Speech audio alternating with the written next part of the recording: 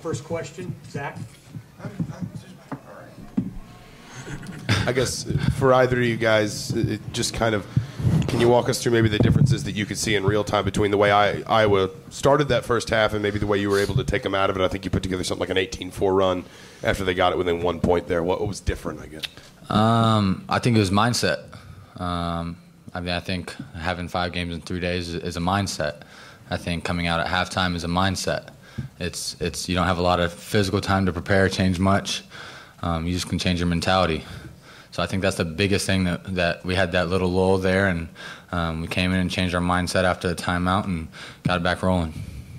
3 games in 5 days. Did I miss a couple games? All right. Whatever. You know what I meant. We had quick turnaround. Thanks, I'm not answering his questions anymore. Next question, Mike. I guess with the 2 runs you guys had in each half, I mean, is there something you said too for just the way you guys played defensively too, just kind of locking on that end of the court?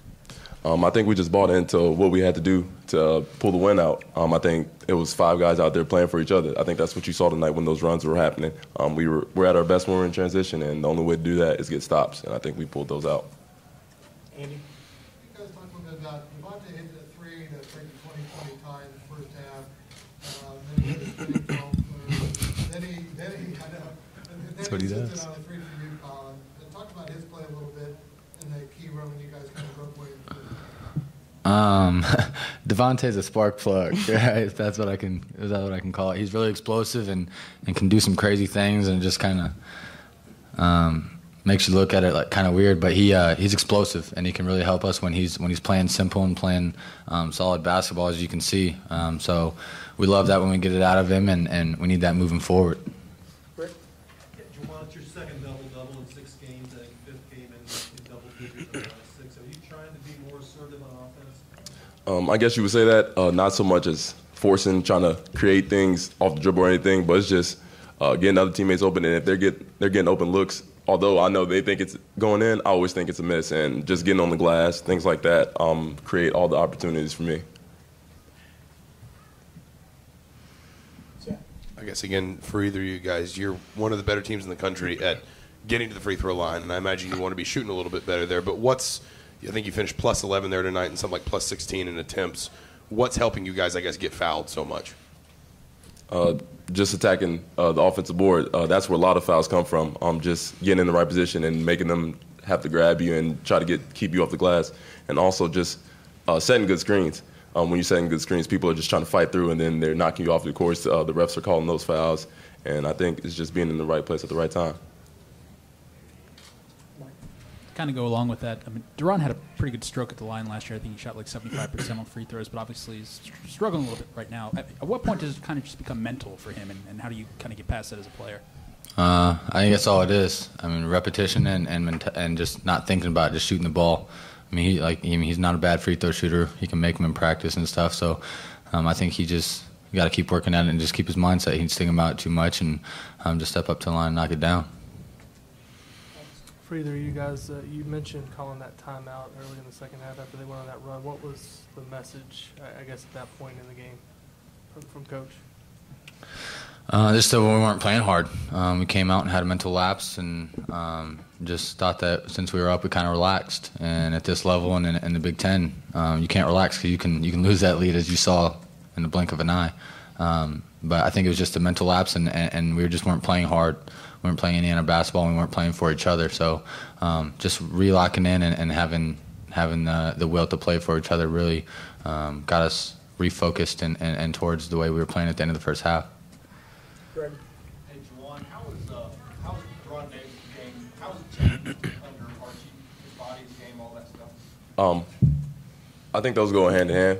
When his body changed, his game changed. He's able to move more fluently.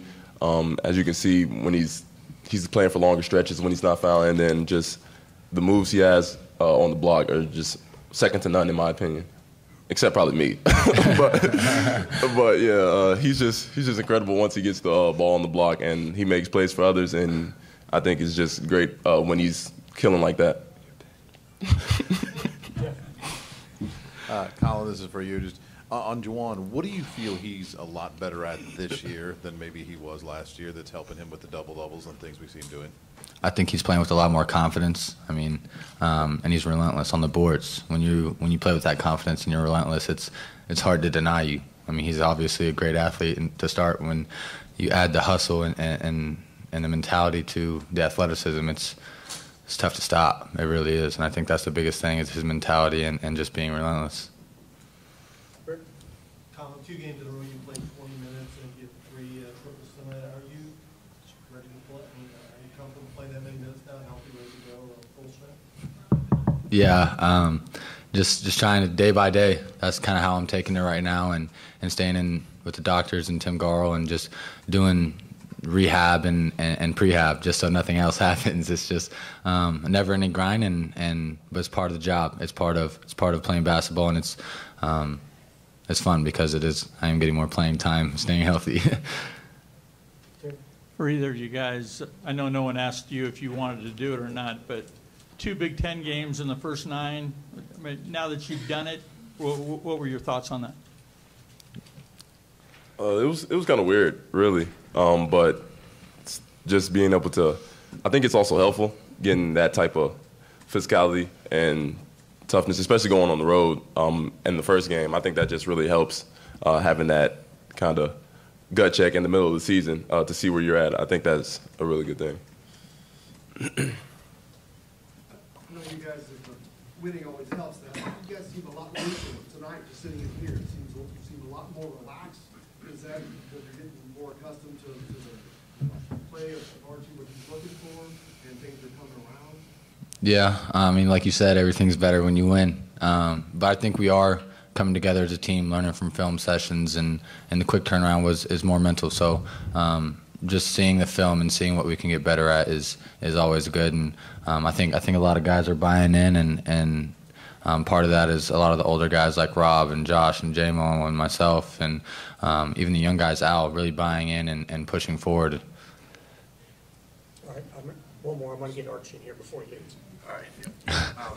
Collin, people talked about that timeout early in the second half that they had that run, but do you feel like this team as a whole maybe can see the problems that it needs to fix in real time, maybe in a way that it couldn't even just a couple weeks ago, particularly on defense? Mm-hmm. Yeah, and I think that we can always get better at fixing things on the fly, finding out when we're not playing hard, and even when there's a dead ball like a foul or anything where there isn't a timeout, huddling up and get them together and said, look, we're playing terrible right now, lock in, fix this, this, and this, and we're good.